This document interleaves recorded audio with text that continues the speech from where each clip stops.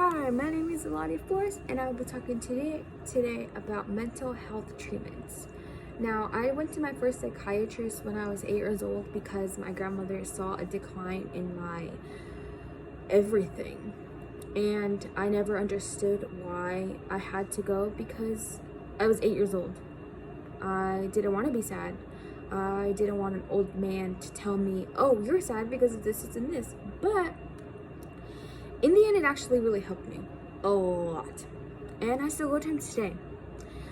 So, one of the mental health illnesses that was diagnosed and was fixed with electrotherapy or classified as demonic work was schizophrenia. Now, doctors now have started and expanded on new medications and procedures to help with mental illnesses that we can't see on the outside that goes on in our brain neurologically. Now, today I'll be giving you a brief overview of the history, the methods, and the future of mental health treatments. So let's start with the first case of mental health issues that was reported, which dates back to caveman period, surprisingly. And one of the earliest procedures was called trephination, which is a surgical procedure where they drilled holes into your skull to release the evil spirits and to cure epilepsy or to treat head injuries.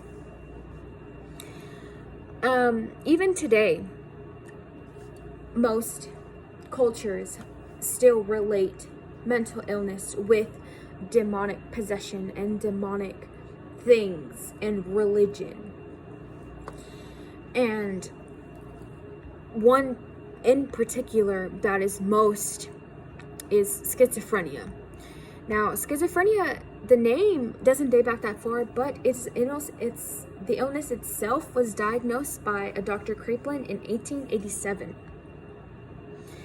And the name wasn't given until 1911 by a Swiss psychiatrist, Buhler, and he differentiated the symptoms as negative and positive.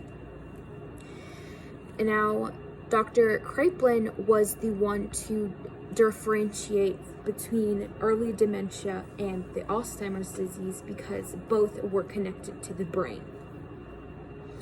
And Alzheimer's, of course, occurs later in life, so that's where he came up with the name dementia paroxystis, which is early dementia, to keep it separate from dementia and Alzheimer's disease, which occurs later in life. So now that we talked about some disorders, we can talk about some treatments. The treatments they used were very abrasive, and one being from the medieval time, which was insane asylums where they used electroshock therapy and ice water bathing or Thorazine as a medication for those patients who have outbursts and hallucinations. Another being from the 2nd millennium BC, which was a cure or treatment for the illness of hysteria. Now, hysteria was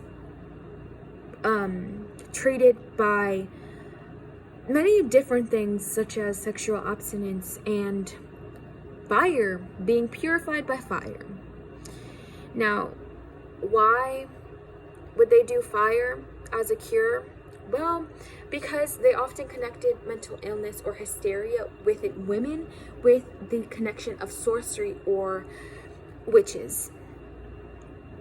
Now, one of the later mental illness treatments is lobotomy, which was popular in the 40s and early 50s, but later on it died out because we came up with more safer ways to treat illnesses within the brain. But lobotomy was a 5-minute procedure that doctors would cut your brain connections from the prefrontal cortex and the frontal lobes of the brain so they can fix your neurological imbalance. So, keeping that in the past, let's jump to the present day. So, medical procedures that we use now which are more effective and safer to use, is psychotherapy, which is something where you are more talking about feelings and emotions and behavioral tracks.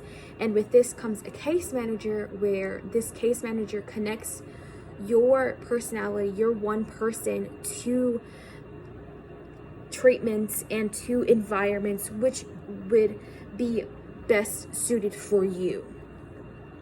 Now, yes, in some cases, a case manager will help and you will see the most recovery with a case manager and having psychotherapy with medication. But in some circumstances, some people have to be hospitalized so they can be tracked with their medication to ensure that they are not declining and to ensure that they are on track with their neurological imbalances. Now, mental illnesses have gone from a disease or a curse to something that we are take pride in every day. There's an estimated 11.2 million adults aged 18 or older in the United States with serious mental illnesses. Now, think of the people around you and how much the world affects them in even the smallest things. Not everyone is the same. So be nice, not just to those who obviously are mentally ill, but to everyone, because on the inside, we're all a little broken. Thank you.